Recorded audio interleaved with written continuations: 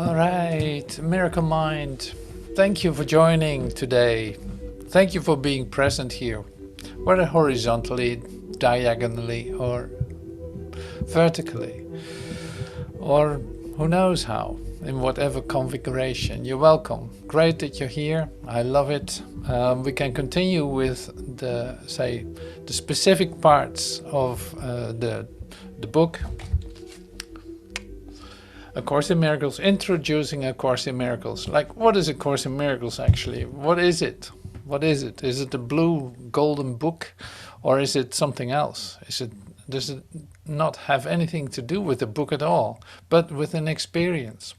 Yes, it has everything to do with an experience. So it is given to us, say, from out of time. And I'm repeating this always because it's like it's not a book as you know it, like, okay, you buy it maybe in the store, but that's about it. So as soon as you open it, in fact, you open yourself to the fourth dimension. You open yourself up to different information than your own frame of thought. So that's why it can be a bit like kind of scary in the beginning. Like, what is this? Like, I remember opening up the Course in Miracles book for the first time. And in that time I was, say, an artist, painter. And I saw like paintings with every title.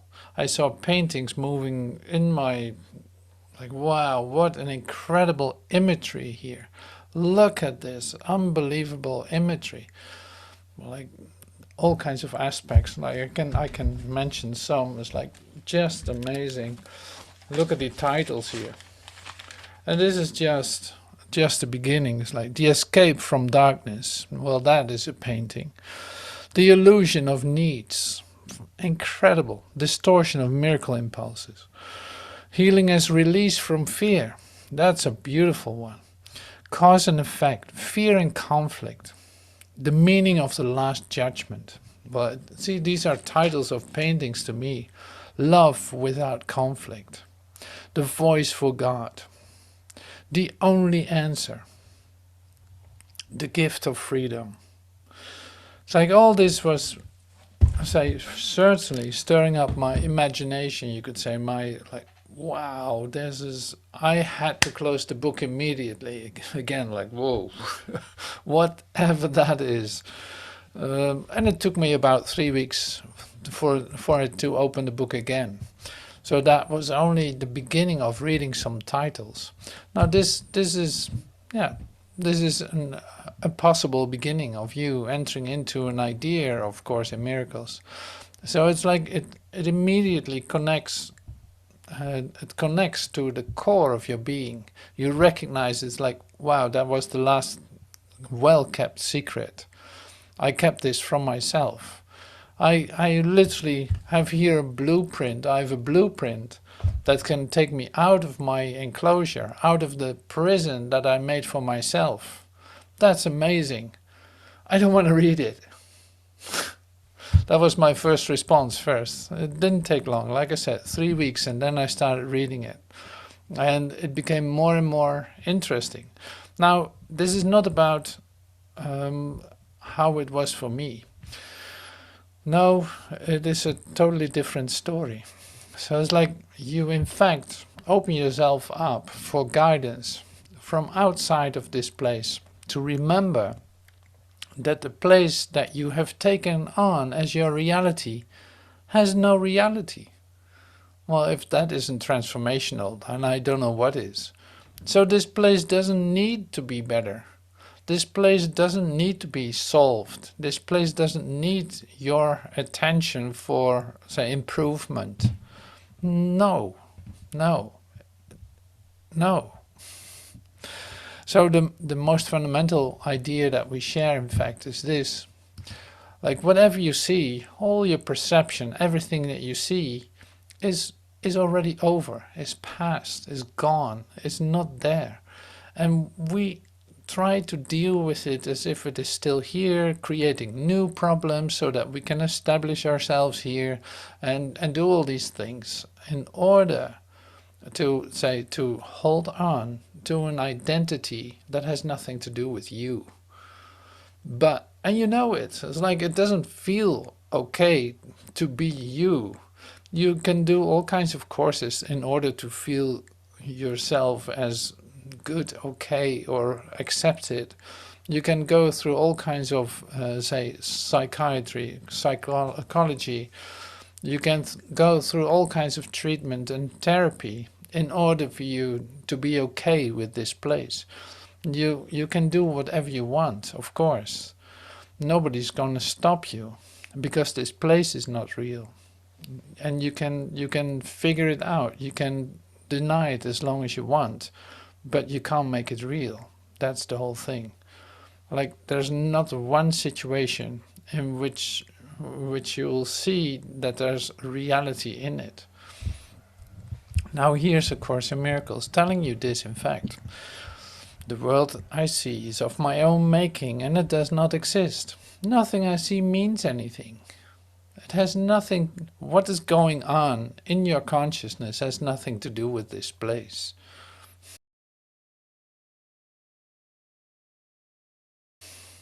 All right, so if you still want to keep going, listening to this, great, because there's a real fundamental discovery to make all the time. And these experiences that are going to be given, like, it's really a book. This is like a blueprint to enter into your, say, enlightenment of mind. And enlightenment is a recognition that none of this is real. I am home in heaven, extending my love as my source. My source is extending the love that I am. And this goes on. Like, there's something completely different going on, which is really beautiful to discover, of course. So this goes step by step. The undoing of what you have made of this is going to diminish, is going to evaporate, you could say, step by step, so that you don't freak out in order to go through this process. So it keeps gentle pace with you if you stay in touch with the fact that this is going on. So if you don't do that, if you deny it and say, like, well, I'm just doing whatever I want, then you will experience, say, conflict in that, because you're in fact saying to the universe, like, whatever you are, I might be a whole part of you, but I'm actually denying that now. So I'm doing my own thing here.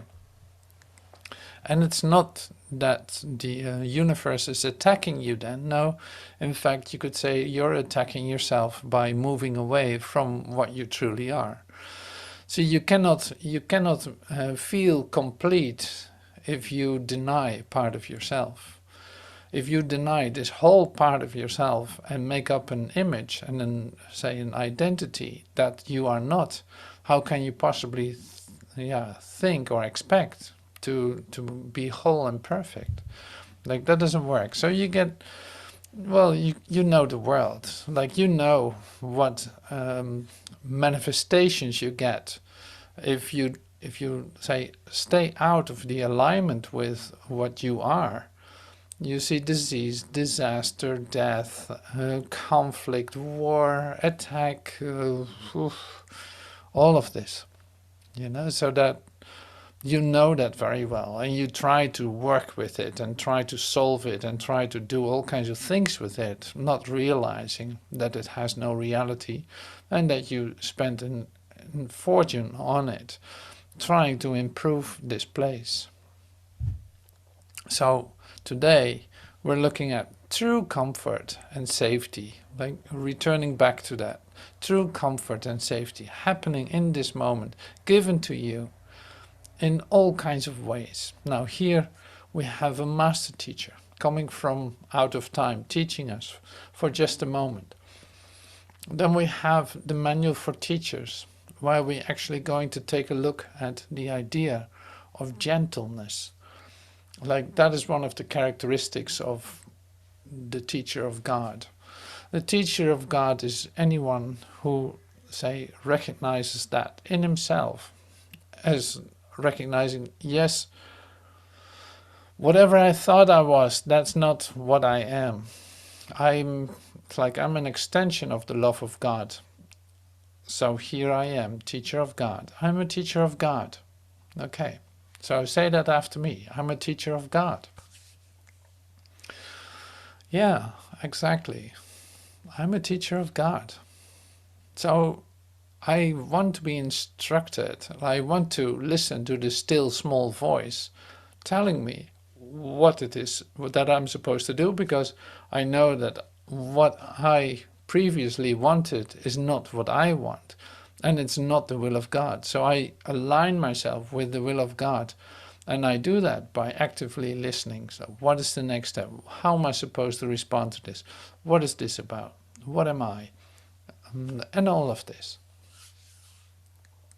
So starting today then with a reading from the Manual for Teachers, which is the part Gentleness. So actually looking at all the characteristics of the teachers of God. So we had the development of trust. We spent a lot of time on that because it's the fundament under all of the other characteristics.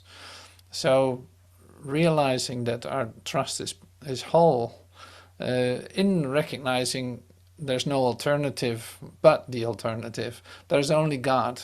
There's no separate will. There's no separate me. No, I'm in the alignment with my Creator, and as such, I see whatever characteristics are given me. I recognize aspects of it. So we had tolerance, we had honesty, being the consistency. What I think, what I say, and what I do is one thing. Like that becomes more and more obvious that that's essential in being a teacher of God. I cannot say things and do another thing. No, what I'm saying and what I'm doing, what I'm thinking is one and the same thing. So there is tolerance.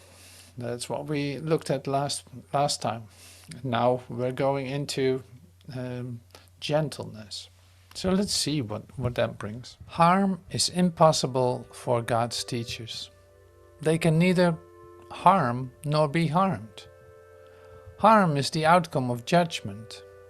It is the dishonest act that follows a dishonest thought.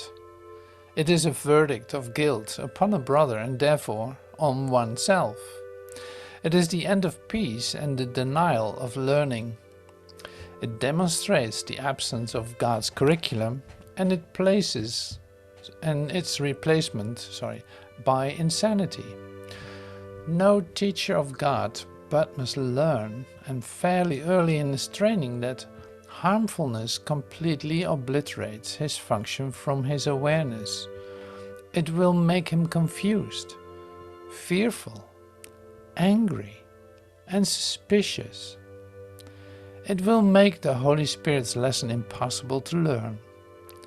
Nor can God's teacher be heard at all, except by those who realize that harm can actually achieve nothing. No gain can come from it. Therefore, God's teachers are wholly gentle. They need the strength of gentleness, for it is in this that the function of salvation becomes easy. To those who would do harm, it is impossible. To those whom harm has no meaning, it's merely natural. What choice but this has meaning to the sane, who chooses hell when he perceives a way to heaven? And who would choose the weakness that must come from harm in place of the unfailing, all-encompassing and limitless strength of gentleness? The might of God's teachers lies in their gentleness, for they have understood their evil thoughts came neither from God's Son nor his Creator. Thus did they join their thoughts with him who is their source, and so their will, which always was his own, is free to be itself. Okay, so that is the part gentleness. God's teachers are wholly gentle. They need the strength of gentleness, for it is in this that the function of salvation becomes easy. So this speaks pretty much for itself, except that, of course, it has to become a part of you, you could say. You have to recognize, oh yeah, wait a minute. Oh, this is how that works. Yes, I was pretty nasty a moment ago. I was doing this and that. That's not a good idea. Like here we see some expressions of that. No teacher of God must learn, and fairly early in his training, that harmfulness completely obliterates his function from his awareness. So apparently you get situations in which you practice that you actually see that your harmfulness did not work at all. So however many experiences you need to have of that, it will make him confused. So whenever you feel confused, fearful, angry and suspicious, you might want to wonder what's going on. Am I still, say, applying the gentleness that is part of me as a teacher of God, or am I actually harmfully present? You know, so that's the only thing you can directly relate to. And gentleness itself speaks for itself. It doesn't need to be made or anything. It's like, no, why would you attack if you know that you're the one?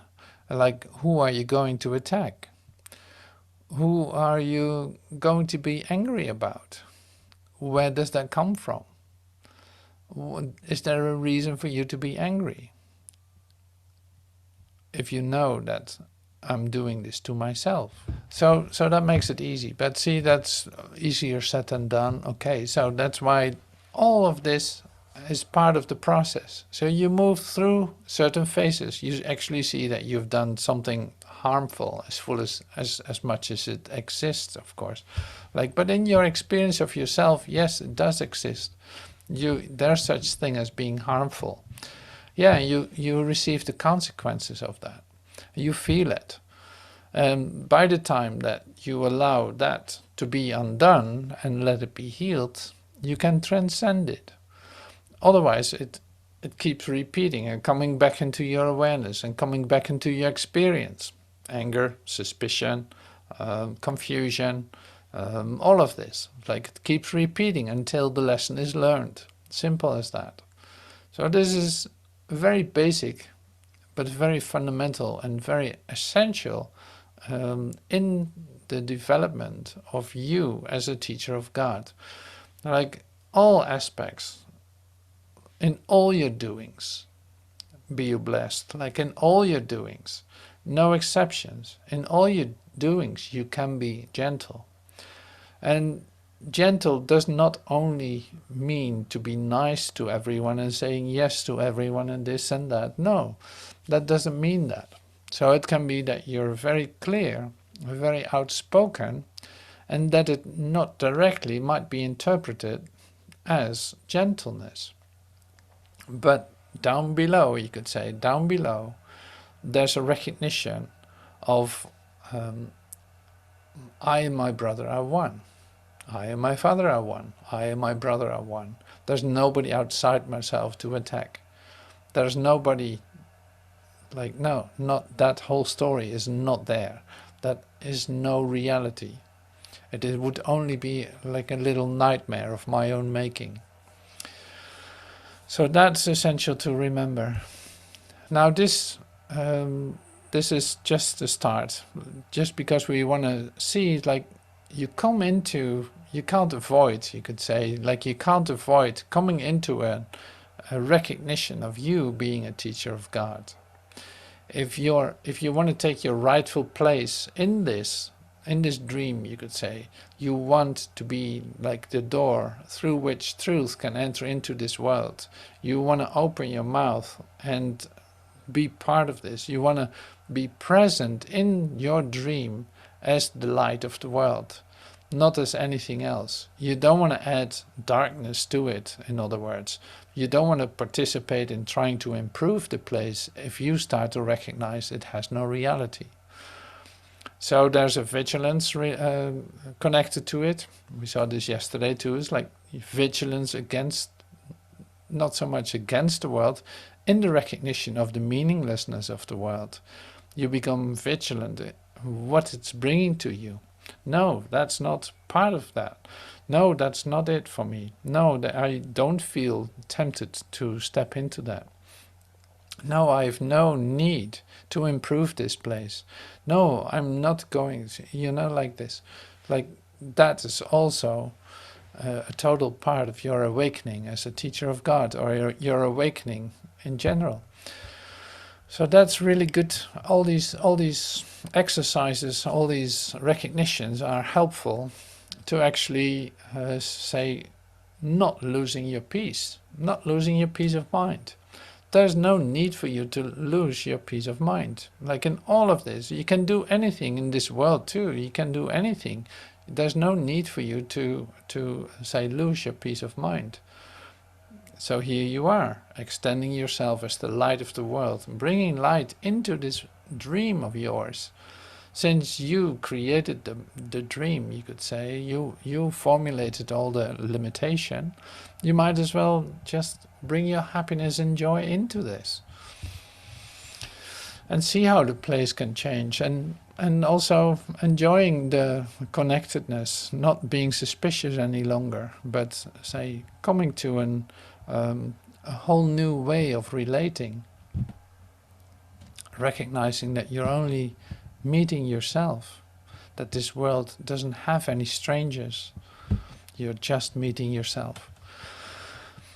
All right, so we're going to listen to Master Teacher, so for 15 minutes I think it is, and then I'll come back and say looking at the idea of adjustment, see how you continuously adjust to this world in all kinds of things. Also to make this world real, and also to make yourself real as an adjuster of this place, while this place does not exist. So that's going to be interesting too. But first of all, we're going to listen to Master Teacher. He knows not what he does, believing his will is not his own. The kingdom is his, and yet he wanders homeless. At home in God, he is lonely, and amid all his brothers, he is friendless. Would God let this be real when he did not will to be alone himself? Could his son somehow escape from his mind? And if your will is his, it cannot be true of you because it is not true of him. Oh, my child, if you knew what God wills for you, your joy would be complete. And what he wills has happened, for it was always true. When the light comes and you have said, God's will is mine, you will see such beauty that you will know it is not of you. Out of your joy, you will create beauty in his name, for your joy could no more be contained than his.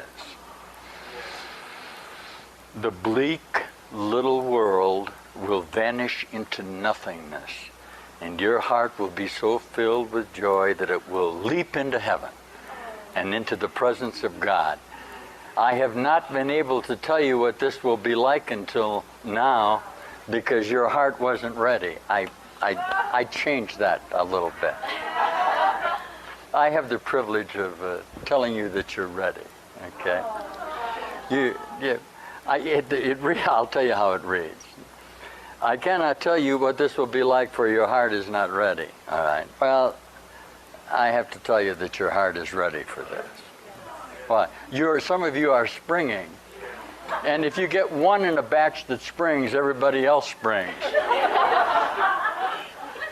Can you hear that? You guys are all in total association with each other. You think it's a great big place, but it's really not. It's all contained in one little spot. So if one of you springs, everybody springs. Right? It's a contagion of reassociation of light. So it's happened, all right. Okay. So I can tell you what it will be like because you're experiencing it and your heart is ready. And I will tell you, and I remind you often, that what God has willed for himself, he has to will for you, and what he wills for you is yours. Because he wills for himself is what you are, because you are God creating. Lovely. Now, The way's not hard, but it has been very different for you and may still be a little different. Okay? Why? Yours has been the way of pain, which God doesn't know anything about. That way is very hard indeed, and it's very lonely. And fear and grief are your guests, and they go with you and abide with you on the way. That's not to say you're not going to get it that way. It didn't say that. It said that you have chosen that way to go by your own definition of yourself. Do you notice that? Everybody has to get this, because any way they have is their way until they change their mind about how they want to do it. Then it'll change. Okay. That way has been hard indeed for you and very lonely, and fear and grief are your guests, and they go with you, and they abide with you on the way. But the dark journey is not the way of God's Son. Walk in light and do not see the dark companions, for they are not fit companions for the Son of God. These are the body constructs that you have made around you. That sickness thing that you've constructed outside yourself in this illusion is not a fit companion for you. You change your mind so that his mind can change with you about your dedication to this. You construct in your mind the companions that you want to be with. And you'll either share sickness and death and the long dark path, or you'll share the direct path and find the truth. Isn't that lovely? Walk in light and do not see the dark companions, for they are not fit companions for the Son of God, who was created of light and in light. The great light always surrounds you and shines out from you. Always surrounds you and now is shining out from you. This is the experience of light that you guys are undergoing. This is the awakening from the shadows of your perceptual association into a very real, intense light. Listen to me. When I talk of light, I'm not just talking of the spectrum of light that indicates brightness and darkness. I'm talking of light as consciousness energy. I'm talking of the whole spectrum association of light, from ultraviolet all the way up through radar and radio associations. They are all part of this demonstration of energy of you. You are a child of light in a whole association with lightness, not in a conceptual thought form that is only the distance between the thought where the form has been made. And that's the difference in the light. The great light always surrounds you and shines out from you. How can you see the dark companions in a light such as this? If you see them, it is only because you are denying the light. You've set them up to keep you from seeing through them, haven't you? You've projected that image of that body out from you, and you hold it in an association with your own mind. What you guys are undergoing in this new awakening is you're beginning to look right through each other. This is the teaching. You don't have a perceptual evaluation of it objectively. What happens to it? It turns to great ray light. Your mind actually reassociates it in the brightness of your own new whole mind, right? Okay. How can you see the dark companions in a light such as this? If you see them, it is only because you're denying the light. But deny them instead, for the light is here and the way is clear. God hides nothing from his Son, even though his Son would hide himself. Yet the Son of God cannot hide his glory, for God wills him to be glorious and gave him the light that shines in him. You'll never lose your way, for God leads you. When you wander, you but undertake a journey that is not real. The dark companions, the dark way, are all illusions, and they are not true. You turn toward the light, for the little spark in you is part of a light so great that it can sweep you out of all darkness forever. For your Father is your Creator, and you are like him. The children of light cannot abide in darkness, for darkness is not in them. Do not be deceived by the dark comforters, and never let them enter the minds of God, for they have no place in his temple. You let the dead bury the dead. Do not be satisfied with your previous associations.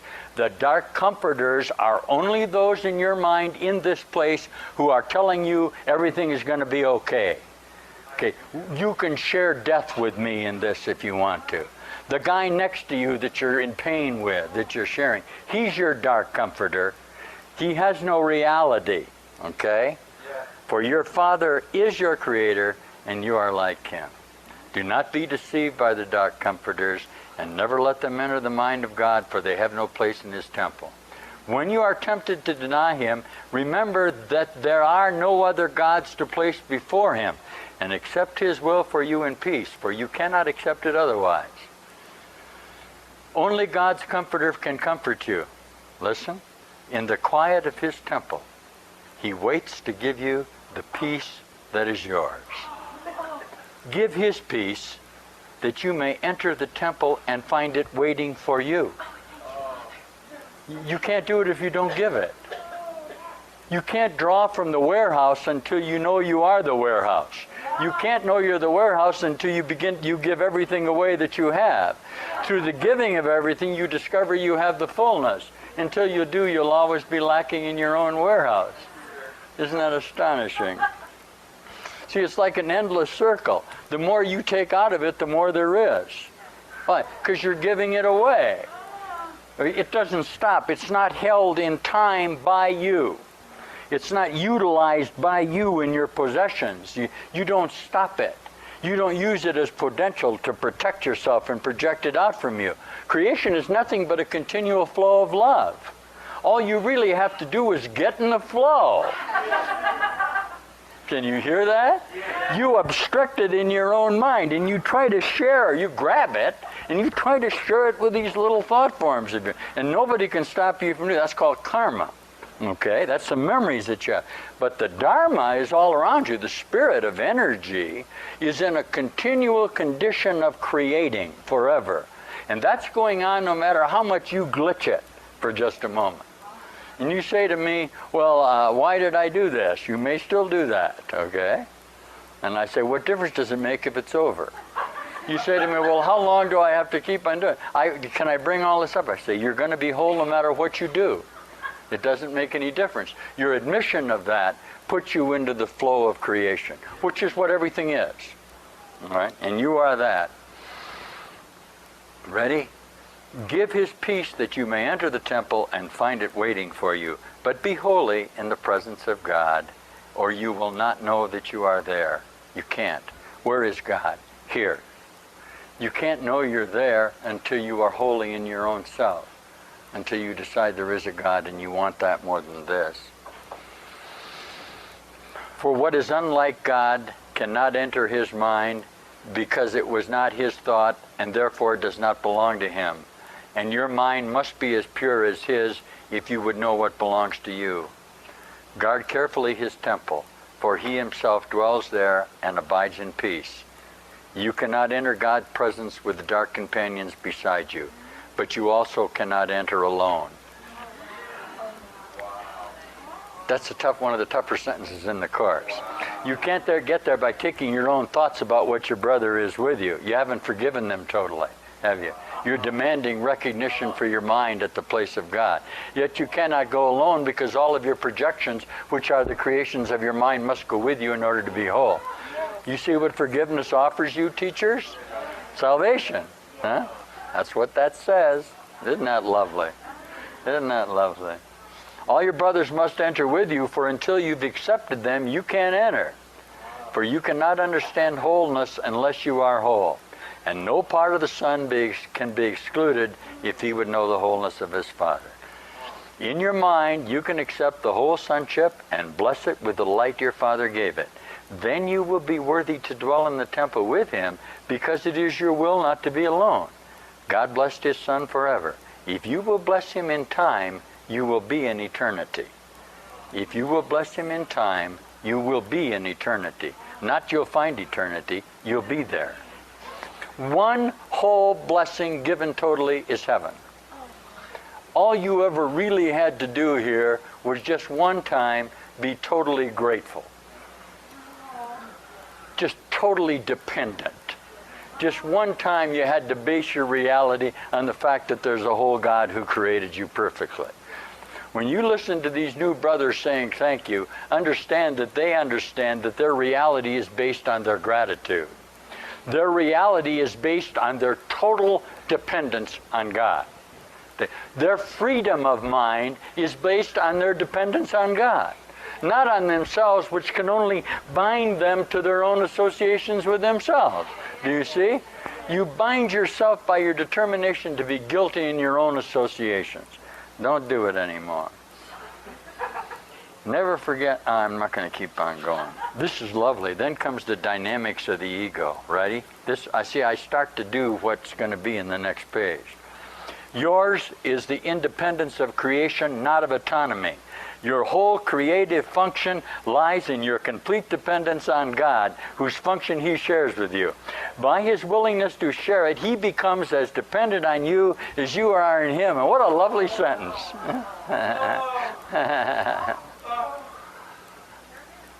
That's what Meister Eckhart said, didn't he? 1299, standing up in a sermon in Germany. He said, God's dependent on you as you are in Him. What's a father without a son? What's a son who tries to make himself? Huh? Nothing.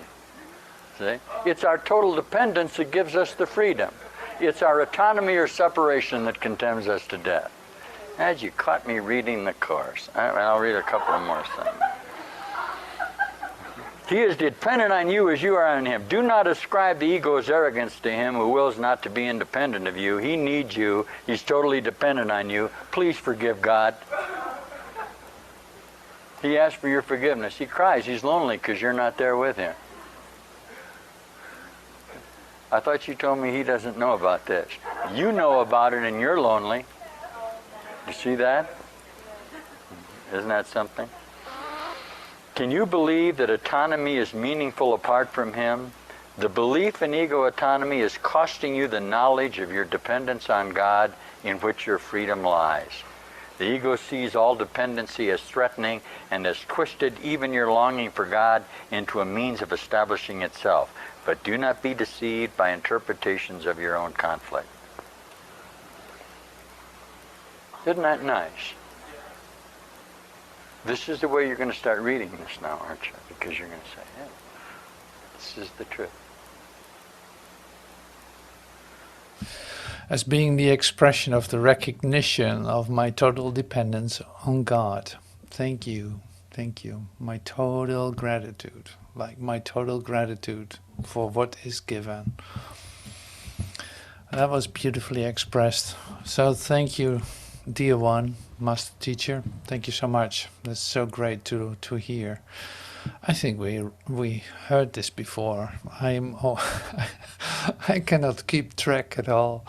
So I just trust what's given. I heard it brand new, that's for sure. All right, so continuing with this, we come also closer to the simplicity of all this, and also that it has everything to do with you and not with anyone else. So that makes it kind of quiet too, you know? It's like, okay, let's be honest here. You know about heaven. When you don't find yourself there, you feel the loneliness of this place. That doesn't need to be this way. So it is with God. If you're not home in heaven, He misses you. It's like, come on. What are you waiting for? So now you offer yourself one moment of total gratitude.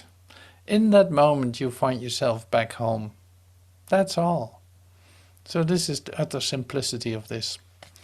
So today it's like we look at the expressions. So here's what happened. We were moving along the miracle principles. We came to 25, I think. 25 miracle principles. That's huge. That's enormous. So Master Teacher moves on, say another 25 to miracle principle 50. These are all great to listen to. You definitely should listen to it. We step in now, in this moment, we step into just after the 50 miracle principles, just to give you an idea. And so I always use the slides here that I make up and that I'm actually copying from the book into this, not adding anything to it, but using it to say give it a certain rhythm. Also to stand still and really focus on what it actually says. Because you hear it, you receive it, sure, absolutely. Now we take a look at it too. Something happens when you do that. Oh, maybe I start first saying something about that. Not making demands. See, I meet this a lot. People asking for healing, people connect with me for a healing appointment, for a moment of sitting with each other to allow a change to occur, or however you want to call that. Now here, even in that, some of us ask for a moment of healing, but tell you like it needs to be this way and this way and this way, and don't forget that, like it has to be done in a certain way. And then I say like, no, I can't do that. And that's not how this works. Like if you want to receive the recognition, like coming into an experience of the truth of you, you cannot make demands. You cannot say like I love to say experience God and total gratitude, but I actually want it this way. It's like that's not going to happen. It simply isn't going to happen. So that's interesting to see that. So it's even in calling in for help, that's what I'm trying to say, is like even in your request for help, you want to determine how it will come to you. You think it matters how it comes to you. It has to be in Joel Goldsmith's way, then I can receive it. It has to come like this, or it has to come like who knows what. I have people saying this, like, no, I don't want any words, I don't want this and I don't want that. But do you want healing? So why are you making demands? Like, if you are open to receive healing, listen, be still, receive, that's all. So the making of demands is so inherent in the human mind, but also very specific in its application for, say, denying the love of God.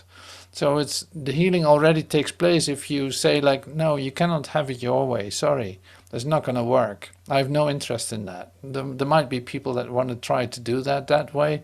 I'm not one of them. It's like, no, here you want healing, you're welcome. And that will be given. Not in your way, not by your definition, not by your demands. No, it's going to be given.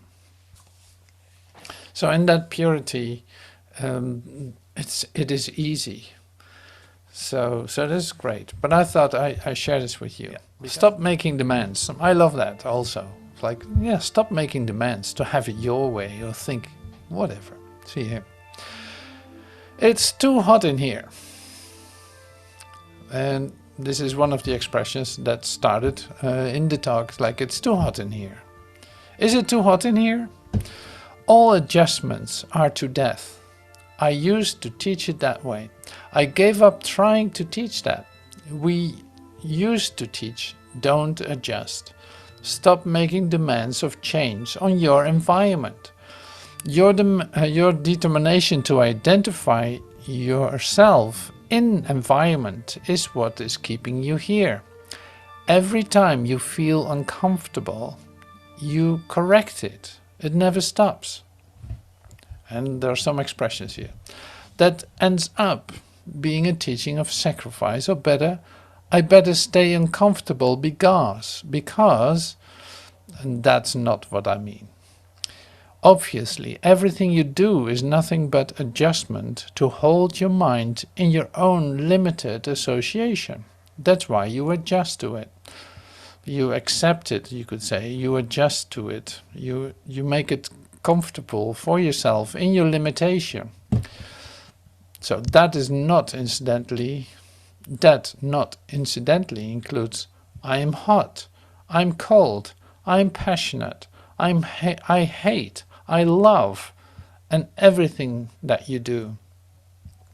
I'm teaching you not to adjust. I can demonstrate it. I can't demonstrate it to you because it's not demonstrable. It is happening in your own mind, but you do it. Like, I'm cold. I'm gonna put on a shirt. And on and on and on.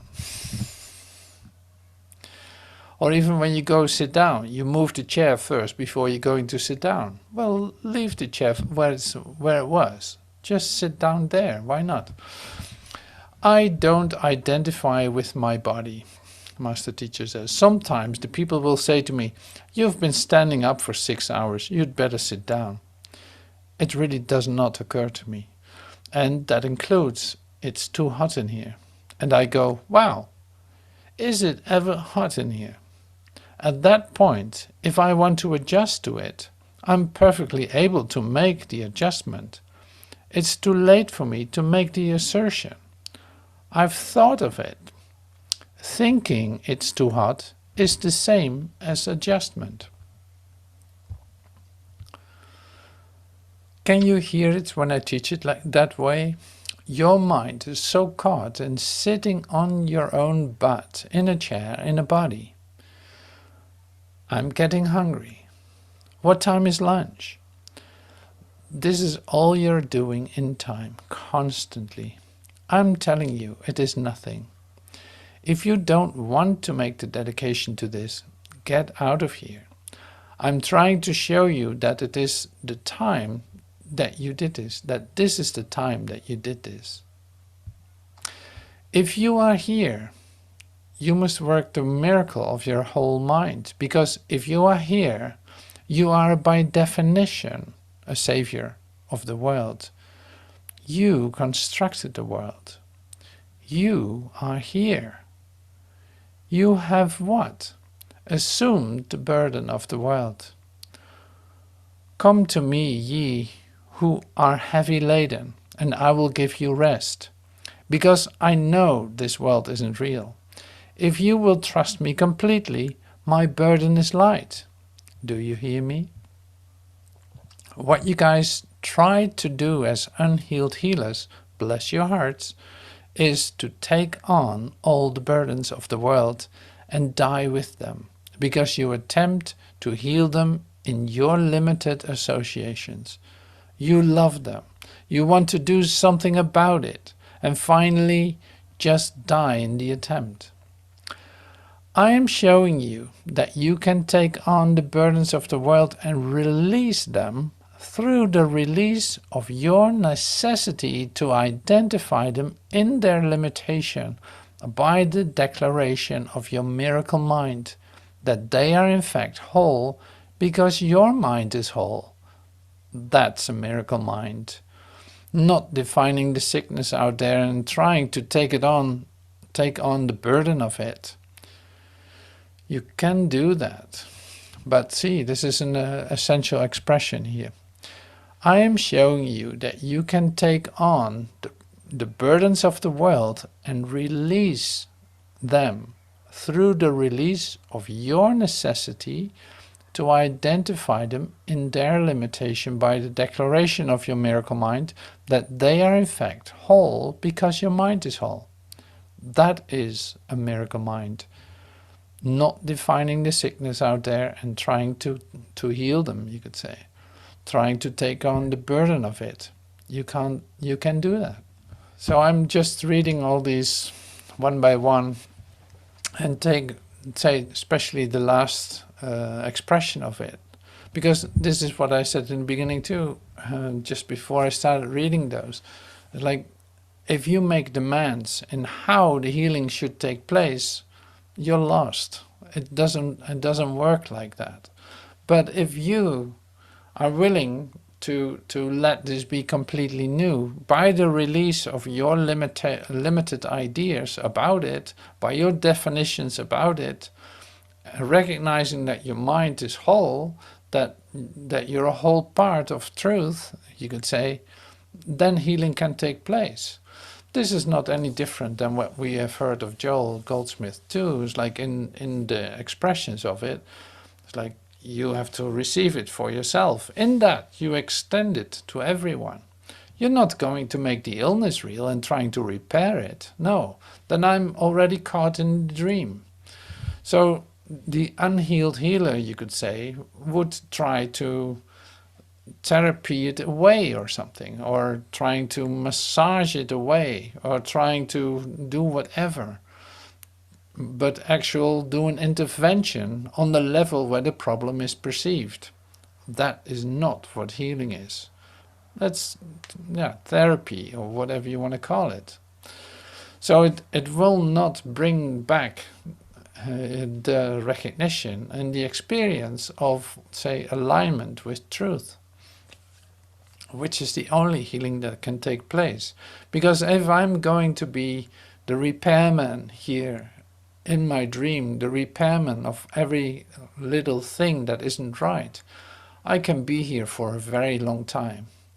See, even I've seen this even with spiritual healers. Like, I saw many spiritual healers perform, you could say, having a big row of people trying to heal them, as if he was like in a kind of a healing factory, trying to sober them up so they could walk again, or stuff like this, like with spiritual means, magical means, you could say. Actually, it's more magical than anything else. And that healing takes place on the level where it's perceived and the guy can walk, and we call it a miracle. That's not what a miracle is. No, that is, it's really like magic, you could say. So you can be doing that. You can build hospitals. You can do whatever you want, but it has nothing to do with you waking up out of this dream of limitation, because you literally put your factory of limited healing, you could say, in exactly the place where you perceive the problem. It's not going to work. At least not if you want to wake up out of this dream, entering into the enlightenment of your mind, which is what we do here. Now, truly opening up your miracle mind, you would not recognize the sickness as sickness, but recognize your mind to be whole. That's where the difference lies. And it's like, well, am I not transcending then? Am I not, say, taking it lightly? What I'm perceiving, people are very ill. It's like, I'm not saying that it's like, no, that's not what I'm telling you. In the recognition of who I truly am, having had that experience and allowing that experience to come to me as a recognition of my total gratitude for the love of God that is in me, having discovered that it is in me, I can go anywhere and invite everything in that doesn't seem to be perfect.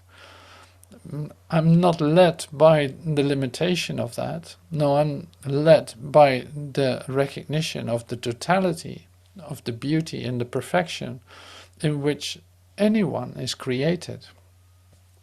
So the rest, you could say, the rest is just a temporary misperception, temporary conflict, misperception that took place in my mind that is no longer, say, going to be repeated or reconfirmed.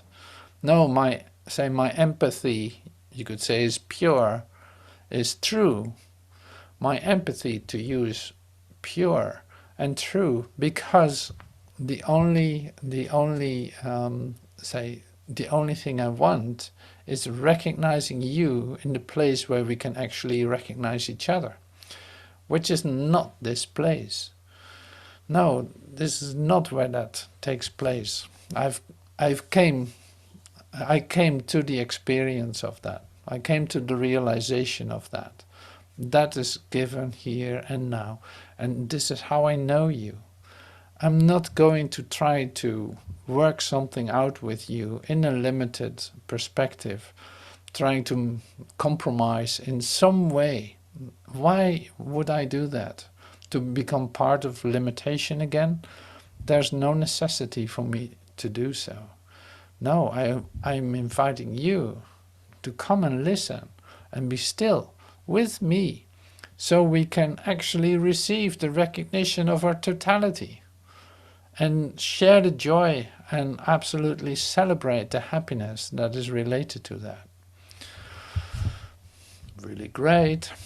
So thank you for joining me in that.